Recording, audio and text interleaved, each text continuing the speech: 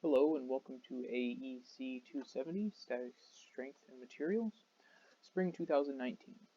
This is group number 5's second problem, and we've been assigned problem 4.5. Now this problem looks at roof load and tracing that roof load down into the interior and exterior columns. So to start this problem, we're going to look at the roof load on the rafters. So we start by calculating the snow load. Given in the problem, the snow load is 20 pounds per square foot. This needs to be adjusted for the tributary area over the rafters. So the rafters are 16 inches on center, so we take this 20 pounds per square foot and we adjust that for 16 over 12, it's 1.33, and we end up with an adjusted snow load of 26.7 pounds per linear foot. Now, in addition to the snow loads, the live load on the roof, we also need to look at the dead load. So the dead load is given on the right hand side as well. 5 pounds per square foot for the shake, 2 for the plywood, 5 for the insulation, and another 4 pounds per linear foot for the joists themselves. So we again take the pounds per square foot, 5, 2, and 5, and we adjust this for the tributary area, so 16 inches on center, 1.33, and then add the 4 pounds per linear foot to get another 20 pounds per linear foot of dead load on the roof itself.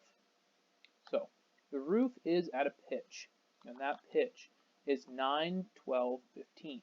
So we need to adjust that 20 pounds per foot at an angle. We multiply it by 15 over 12, and we end up with a 25 pounds per linear foot. Again, that's been adjusted for the slope of the roof. Those two added together comes up to 51.6 pounds per linear foot. So that's the total weight of the joist being applied both on the ridge beam and the bearing wall.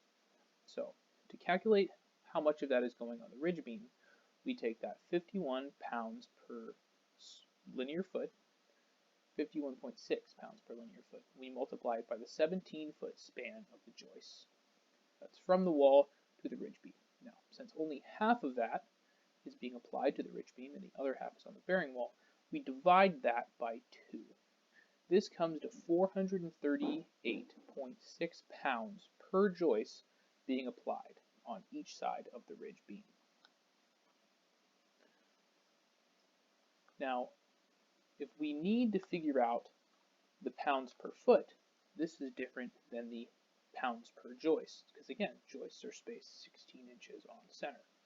So we take this 438 pounds per joist, we multiply it by 12 inches in a foot, and divide it by 16 inches, the spacing. And then, since there are a joist on either side of the ridge beam, we multiply this by 2. This comes up to 657.9 pounds per foot applied on the ridge beam. So this is the weight of joists on either side of the ridge beam weighing down on the beam. However, this does not include the weight of the beam, which again is given over in the problem at 40 pounds per linear foot. If we take this 657 pounds per foot and add this 40 pounds per foot, we're going to get the total weight that the ridge beam is weighing down on the columns with. And this in the problem has come out to 697.9 pounds per linear foot. So again, we've laid out the diagram, 697.9 pounds per linear foot. The ridge beam being supported by column A and column B. Now, column A and column B are not symmetrically distributed. So even though the weight from the ridge beam and the roofing material is evenly distributed across the roof beam, that weight is not necessarily evenly distributed across the columns. So what we're going to do is find the total weight of the ridge beam and the roofing material being applied. We're going to take this weight, which is 697.9 pounds per linear foot, times the full span of the ridge beam, which is 34 feet. We come up with a total weight of the roof, 23,728.6 pounds. Now this weight, in theory, would be applied directly to the center of the beam. Now if we take this weight, we can use the moment around A to determine what the reaction force of column B will be, which is essentially the weight that is found on column B. So in solving this moment equation, we take the 23,728.6 pounds, the total weight of the roof, and we multiply it by 17 feet, its distance from point in column A.